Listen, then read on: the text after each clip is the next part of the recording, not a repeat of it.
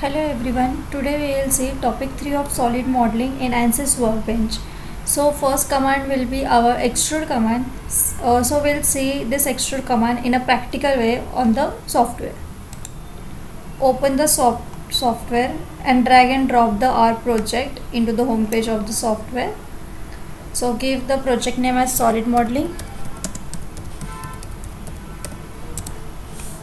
Right click on the geometry and click on new designer modeler geometry. First of all, we will set the units to millimeters. Now we have to create the geometry, so we'll click on plane, sketch and look at. So we'll create a one simple L shaped of geometry. So I will take line,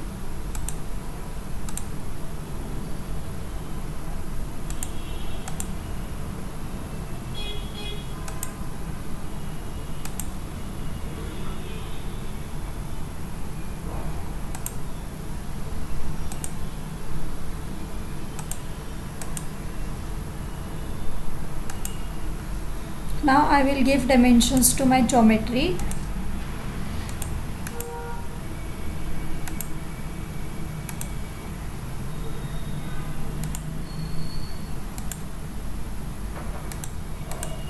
Okay, so I will edit the dimensions first.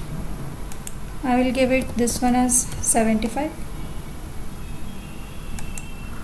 this one as 50, this one is also 50, and this one is 90. Okay, so now I will extrude this my geometry. So I will click on extrude command, I will select the sketch and click on apply geometry.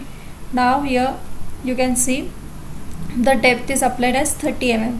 If you want you can change it.